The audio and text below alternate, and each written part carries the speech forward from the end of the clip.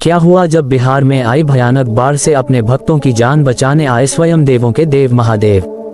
दोस्तों, हाल ही में भयंकर बाढ़ ने बिहार में चारों तरफ तबाही मचा दी है और तो और गंगा नदी ने भी विकराल रूप धारण कर लिया है, जिससे कई इमारतें ध्वस्त हो गईं।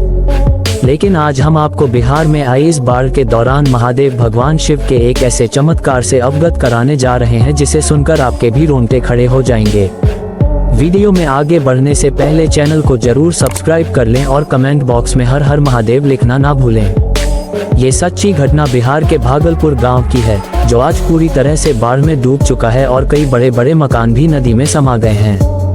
गंगा नदी के उफान से डरे हुए लोग गांव को छोड़कर सुरक्षित स्थान पर चले गए।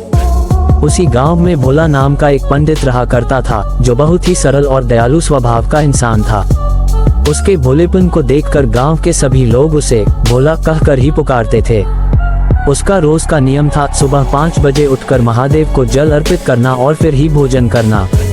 गांव वालों ने भोला को बहुत समझाया कि वो जल्दी से गांव छोड़कर चला जाए, क्योंकि गंगा नदी का पानी गांव में चारों तरफ फैल चुका है।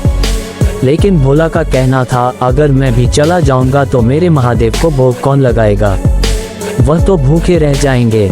बहुत समझाने के बाद भी भोला ने गांव नहीं छोड़ा। शाम के समय भोला रोज की तरह महादेव की पूजा करके आराम करने लगा और उसकी आंख लग गई।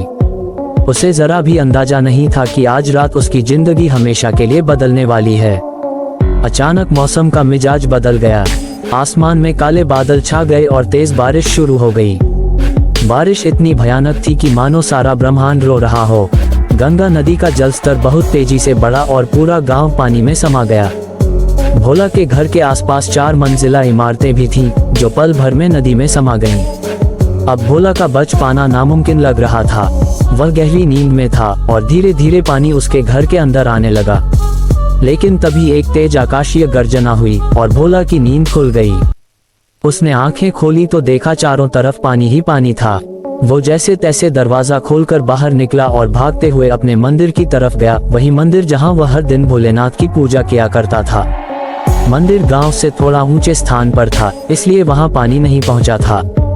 जैसे ही भोला मंदिर में पहुंचा, तभी उसे एक रहस्यमयी आवाज सुनाई दी। वह आवाज मंदिर के अंदर से आ रही थी, जैसे कोई मंत्रोच्चार कर रहा हो।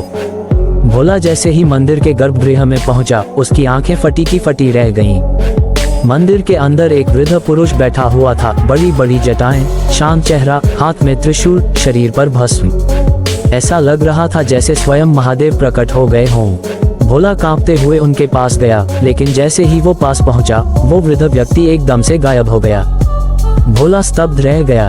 तभी मंदिर की घंटियां अपने आप बजने लगी और हवा में चंदन और धूप की खुशबू फैल गई। वातावरण में हर हर महादेव की गूंज सुनाई देने लगी।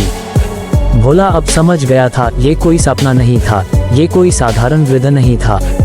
ये स्वयं देवों के देव महाकाल, उसके आराध्य शिव थे, जो बाढ़ में उसकी रक्षा के लिए आए थे। उस क्षण भोला की आंखों से आंसू बह निकले।